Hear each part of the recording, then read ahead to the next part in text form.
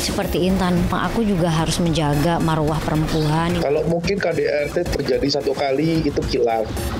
Tapi kalau udah berkali-kali mah udah sifat watak.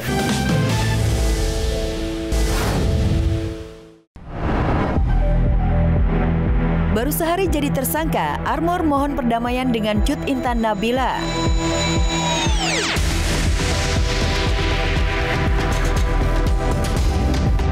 Baru sehari ditetapkan sebagai tersangka kasus kekerasan dalam rumah tangga terhadap selebgram Cut Intan Nabila.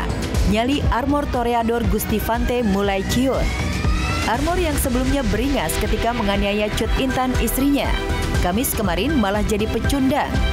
Melalui kuasa hukumnya Irwansyah, Armor memohon perdamaian kepada Cut Intan dan keluarganya dengan alasan memiliki 3 anak yang masih kecil. Armor sadar betul, tidak tahu mau se-booming ini ya, mohon maaf dan ucapan terima kasih juga kepada netizen atas perhatian dan atensinya.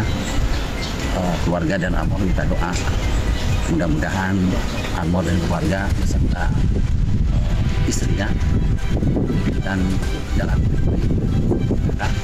dalam menyelesaikan masalah ini. Agar lepas dari jerat hukum, Armor melalui kuasa hukumnya akan mendatangi keluarga Cut Intan serta meminta bantuan dari Polres Bogor untuk memediasi sebagai upaya menempuh restoratif justice atau keadilan restoratif. Tujuannya agar Cut Intan mencabut laporan. Tentu saja itu berbanding terbalik dengan ucapan Armor sehari sebelumnya yang tidak akan melakukan pembelaan apapun dan siap menjalani proses hukum. Saya tidak akan melakukan pembelaan apapun. Yang jelas saya mengaku saya salah. Saya siap berjanji menjalani proses hukum dengan sebenar-benarnya. Kan undang-undangnya ke arah sana. Pasal 44 ayat 3 itu memang arah-arah yang sana. Kira-kira bisa lebih pada restoratif. Kira-kira restoratif justice ya? Ya, istrinya sudah melaporkan. Kalau di keadilan kan ketika dicabut istrinya bisa dong. Langkah Armor minta perdamaian dan mengupayakan restoratif justice dicurigai karena ketakutannya dijerat pasal berlapis dengan ancaman hukuman yakni 15 tahun penjara. Kasus itu pun dipantau oleh anggota DPR dan Kementerian Pemberdayaan Perempuan dan Anak. Dan gara-gara video penganiayaannya terhadap Cut Intan viral di media sosial, Armor menjadi musuh bersama. Ya, ramai-ramai publik mengecamnya dan mengawal proses hukum Armor. Publik juga berharap kasus KDRT Cut Intan tidak bernasib sama dengan kasus KDRT yang dialami Lesti Kejora oleh Rizky Bilar yang berujung pencabutan laporan. Mungkin untuk kasus Intan ini memang butuh perhatian khusus. Ya, KDRT ini kan tidak hanya masalah fisik tapi juga verbal. Nggak semua orang berani speak up. Seperti Intan, aku juga harus menjaga marwah perempuan. Kalau mungkin KDRT terjadi satu kali itu kilaf. Tapi kalau udah berkali-kali mah udah sifat watak. Yang mendingan jangan. Lebih bagus kalau dalam dipisahkan dulu sementara dia aman di dalam penjara, bisa bertobat siapa tahu. Ya pokoknya gimana cara hukum lah nanti kita kasih hukum dalam. Sementara itu, Cut Intan yang telah diminta keterangan oleh penyidik Polres Bogor dikabarkan kondisinya masih belum pulih, baik fisik maupun psikis. Ibu 3 anak itu masih perlu pendampingan dari sahabatnya. Sedangkan anak bungsunya yang masih bayi dan terkena imbas kekerasan Armor dititipkan ke kerabat Cut Intan.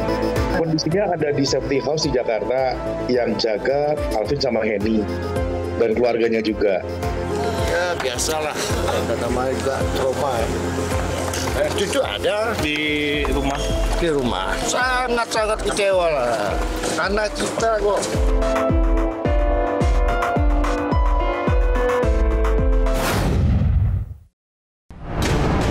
Inul Daratista ditipu karyawannya, mobil raib dibawa kabur.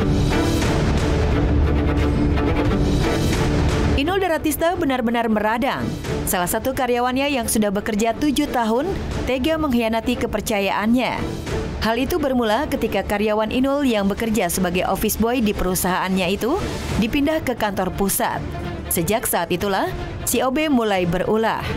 Itu sebenarnya kejadiannya saya nggak pernah ke kantor kan. Cuman anak-anak kantor belum ada yang berani untuk ngomong gitu. Tapi ketika saya di kantor semuanya pada ngomong. Dengan kepercayaan itu dia datang, dia tidurin kantor gue, ya kan. Sedangkan kantor aku kan asetnya banyak banget di situ. Ya kan, barang-barang dari dari luar negeri yang yang udah kardusan itu kan banyak banget ya, diambil satu kan kita nggak tahu. Nah itu kan kejadiannya mungkin sudah kekenyangan gitu. Inul mengaku tak menyadari kalau barang-barang di kantornya hilang satu persatu. Namun hal itu justru membuat si OB ngelunjak dan berani mencuri uang di peti cash. Puncaknya, si OB juga nekat membawa kabur mobil operasional milik Inul. Yang terakhir itu dia ngambil kunci, dia ngambil peti cash juga, uang di kantor. Memang nggak banyak, tapi dia tahu tempat-tempatnya karena namanya OB ya. OB itu harusnya aku bilang jam-jam kantor dia datang, jam kantor pulang dia harus pulang. Gitu, karena memang begitu sistemnya. Nah kebetulan tuh ini OB kayaknya udah merasa kegedean rasa gitu, dipercaya. Jadi dia datang suka hati kadang-kadang kalau malam itu dia tidur. Minta security-nya juga udah kita tegur juga. Tak perlu pikir panjang, istri Adam Suseno itu langsung melaporkan peristiwa itu kepada pihak berwajib. Dalam waktu singkat, si OB pun tertangkap dan dijebloskan ke penjara. Tuh, akhirnya mau nggak mau kan urusannya harus sama polisi. Nggak bisa kita kejar sendiri gitu. Enak kalau saya mah nggak usah ribet, nggak usah koar-koar. Ketemu, udah selesai, beres, sel. Udah nggak ada maaf, ben ora tuman. Sayangnya, meski si OB sudah tertangkap, mobil Inul tak bisa kembali lantaran sudah dijual oleh OB tersebut. Bahkan mobilnya udah hilang, satu buah mobil. Jadi mobilnya itu nggak tahu digadein, udah diapain. Dan dia itu ternyata narkoba.